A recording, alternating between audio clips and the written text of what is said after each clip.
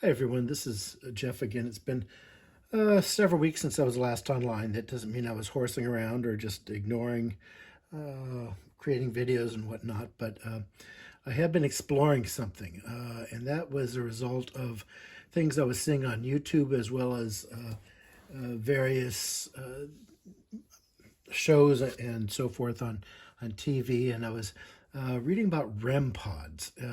Why, I don't know, because I don't really go on ghost hunts. At least I haven't really done that other than just some informal stuff, when I'm a tourist someplace.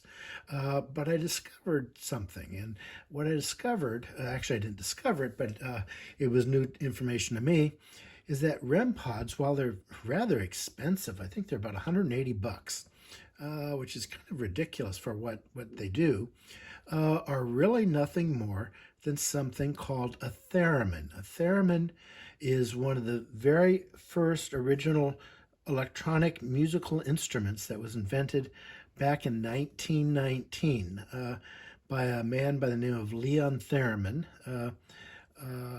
That's his anglicized name, I should say. He was a Russian gentleman who was had a very illustrious background. He was a physicist and also an inventor, a brilliant man, but he was also heavily tied in with the Russian government, and depending on who you speak with, was actually a Russian spy. Very interesting story. Anyways, he's best known to most of us as being the inventor of a musical instrument, like I said, called the theremin, named after himself.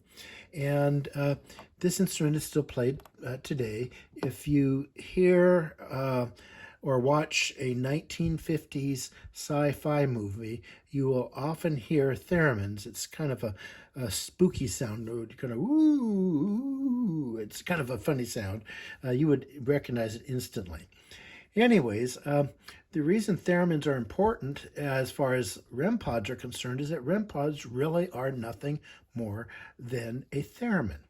And theremins are, in order to buy a real theremin, an inexpensive one, you can get one for about half the price of what a REM pod costs. To get a little bit fancier model, it'll cost you about 140 bucks, and that's still cheaper than a REM pod. And if you want to get a professional model, that runs about 600 bucks to about 1,500 bucks. Anyways, that struck me because I'm also a musician. I've been a musician all my life, and although I don't play any keyboard instruments or electronic instruments, I've always been interested in them, and I was aware of the theremin. So I thought I'd look online, and I discovered that you can build theremins.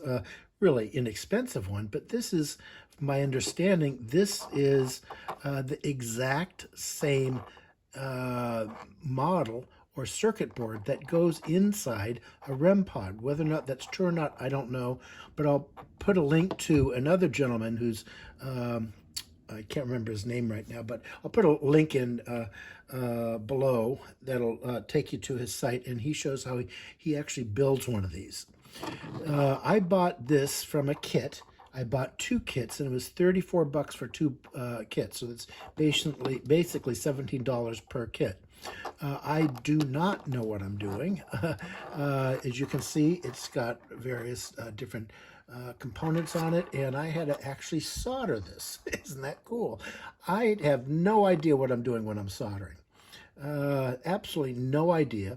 And it's a good thing I bought two of them, because I botched the first one. It doesn't work, and why, I honestly don't know, because I don't know what I'm doing. But this one does. I took my time with both of them. I soldered the whole thing onto a circuit board, and they have various components. These little round things here are capacitors. These flat things with stripes are called resistors. These are obviously integrated circuits. This here is a transistor. We've got switches, LEDs. I think this is another capacitor, I think. And this is like a little speaker. And then, of course, you have an antenna. The way a theremin works is that you take your hand and you move it closer and closer and closer to the antenna. As you do so, it makes a sound, and the sound goes up in pitch. In other words, the note gets higher. As you move your hand away, to a certain extent, it gets lower. On real musical theremins, they have a second antenna that controls the volume. And so you use your left hand for the volume and your right hand to control the pitch. Or if you're left-handed, you can get left-handed models. Isn't that interesting? Anyways, I created, or I built, my very own mini theremin for $17. And again, allegedly this is the exact same circuit that goes inside a REM pod. What happens with the REM pod is, allegedly, as a spirit approaches the REM pod, a sound goes off and lights go off, LEDs. That's basically what this is. So I'm going to hook it up right now. Again, this is a very simple model, but you can buy them. This was called from a kit by Mad Labs, MADLABS, and I bought them on, I bought two, like I said, in a 2-pack on eBay for $34. So what I'm going to do right now is I'm going to plug a 9-volt battery in. I can't believe I actually built this thing. And as you can see, it lights up and it, oops, there we go. Whoops, there we go. And I'm going to come around here and I'm going to show you how this works. As I mentioned, whoops, as my hand gets closer to the antenna, the sound goes up. Isn't that cool?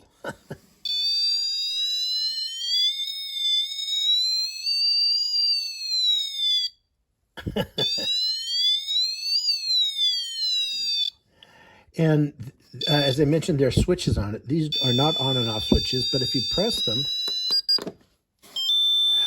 it'll control each note, and it's rather difficult to do. Real theremins, most of them don't do this. It's called pitch control. They just have a continuous sound from low to high. But this one, if you move slowly, you can hear each note.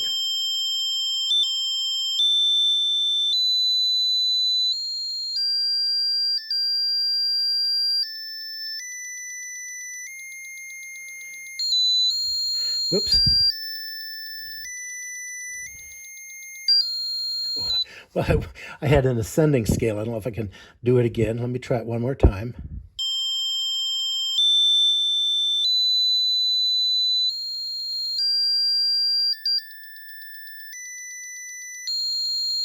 Whoops.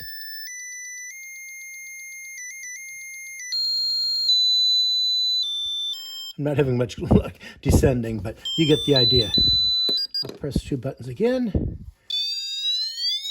And here, it's just one, called a glissando in music. It just swoops up and swoops down. And that's exactly how a REM pod works. In fact, it's, as I mentioned, the circuit board is the same. So as a spirit allegedly approaches the antenna, it lights up and the sound goes off. As you move your hand away, it goes down. So REM pods are, again, nothing more than a theremin. I thought this was very cool. So I built my first theremin, or my first REM pod. Again, I will post some links down below in my comment section. And I am also actually taking up the theremin, although I bought a much better one. And eventually I think I'll probably play something on the theremin for my theme song for my introduction. I hope you've enjoyed this.